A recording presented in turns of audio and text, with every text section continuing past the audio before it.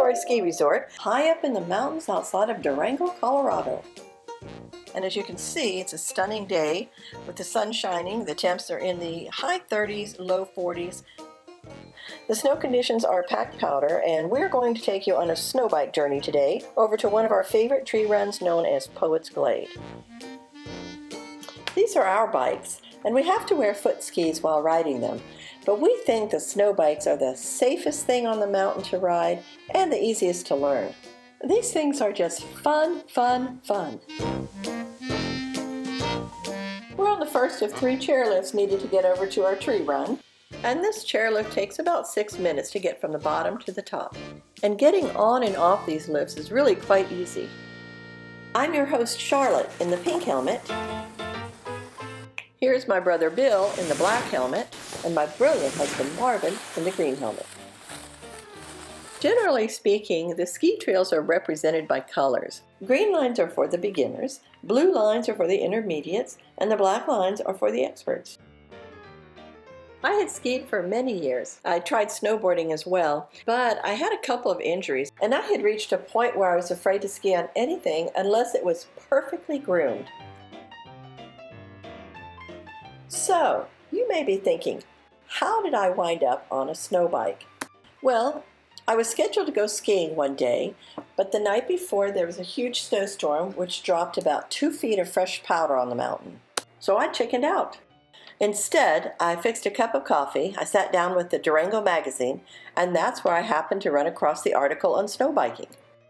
The article said it was easy to learn, and it also said that it was so much fun that I would have to apply sunscreen to my gums because I would be smiling so much. Well, that was all the encouragement I needed, so I signed up for a lesson that morning. It turned out to be all the article promised it would, and as a result, I never got back on another pair of skis again.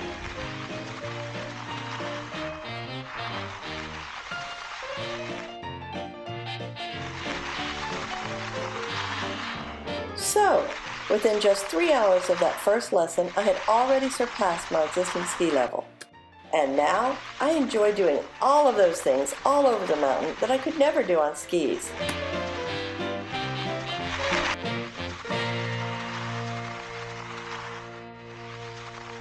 Okay, now we're getting on lift 3, and I want you to take a look at our feet. These foot skis allow our feet to glide along the ground with our bikes and offer superb stability. So this is the second of 3 lifts that we need to take in order to get over to our tree run. Wow, look at this breathtaking scenery. The views alone are worth the price of a lift ticket. You don't have to know how to ski or snowboard to ride a snow bike. In fact, I have several friends that had never skied before, and they took a lesson on the snow bike and loved it. So then you may be wondering, well, how do you make turns on these things, and how do you stop?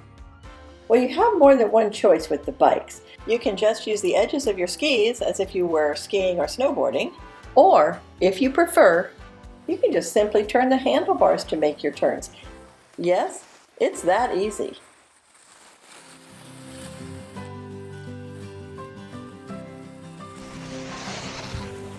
Oh, very nice, hon.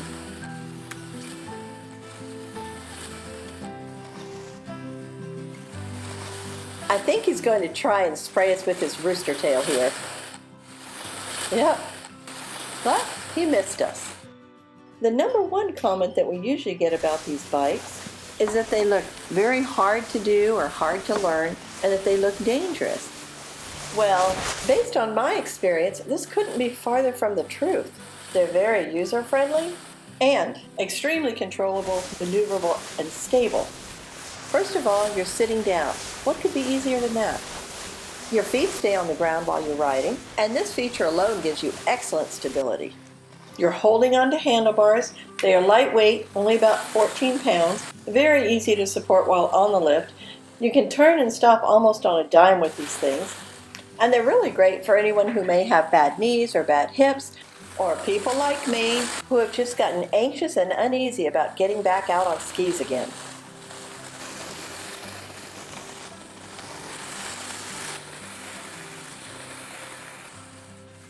As with any sport, you can take it easy on these, or you can be as aggressive and competitive as you want. It's totally up to you. And the learning curve for snow biking is much easier than skiing or snowboarding. So, if you ever have the opportunity to take a lesson on one of these contraptions, go ahead, give it a try.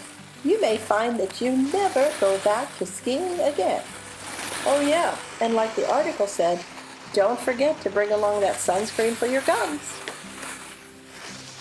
Wow, beautiful standing 360, bro. Now we're loading lift 8 that will take us to nearly 11,000 feet, which is the highest point here at the ski area. And once again, the views from this chairlift are stunning. It's the third and final lift we have to take, and when we unload up here, we'll head directly over to Poets Glade. Now our destination is just a few short turns away. Don't go away, because at the end of this video, I'm going to share with you a few fun facts about the ski area itself. So, without any further ado, here's Poets Glade.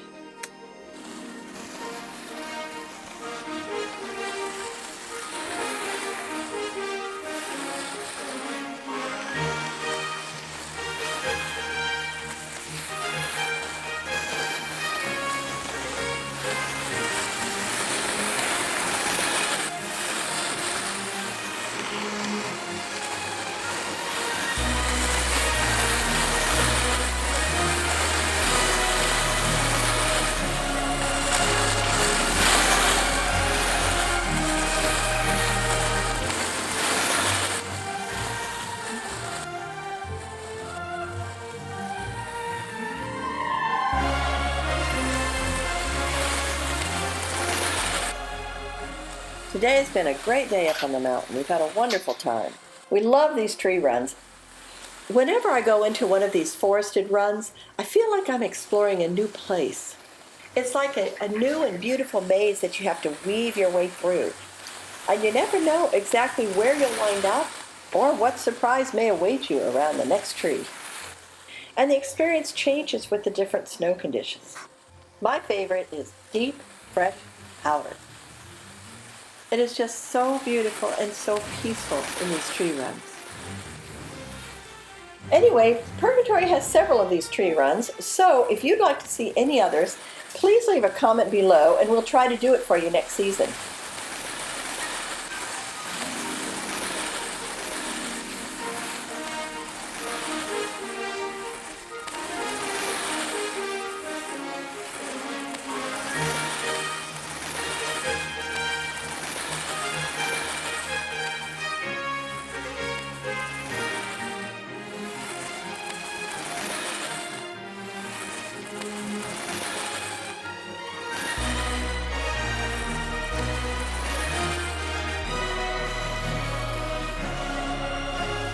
So are you wondering where the name Purgatory came from?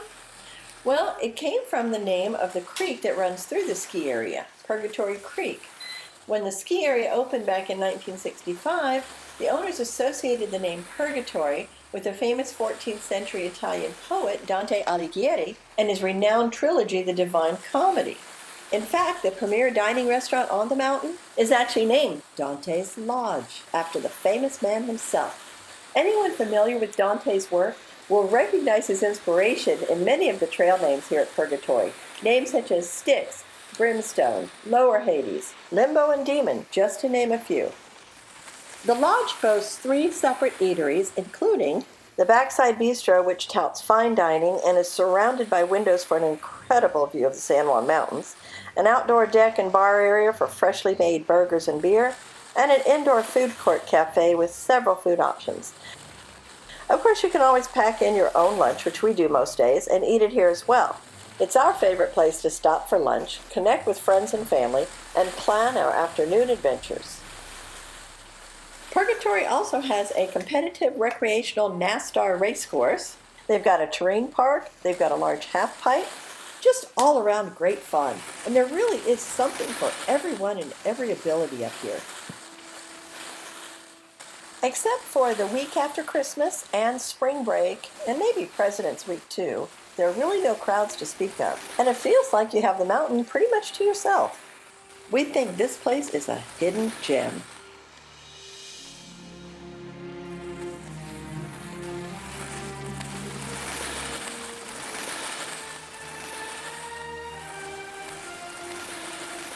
Well, I hope you've enjoyed our little foray through the trees of Poets Glade up here at Purgatory Ski Area in Durango, Colorado. If so, I would be honored if you would consider subscribing to my channel and also clicking on the thumbs up to give it a like. And until next time, thank you so much for watching. When we wake, hear the birds and see the sun. Side by side our fears are done. Oh, the good times just begun.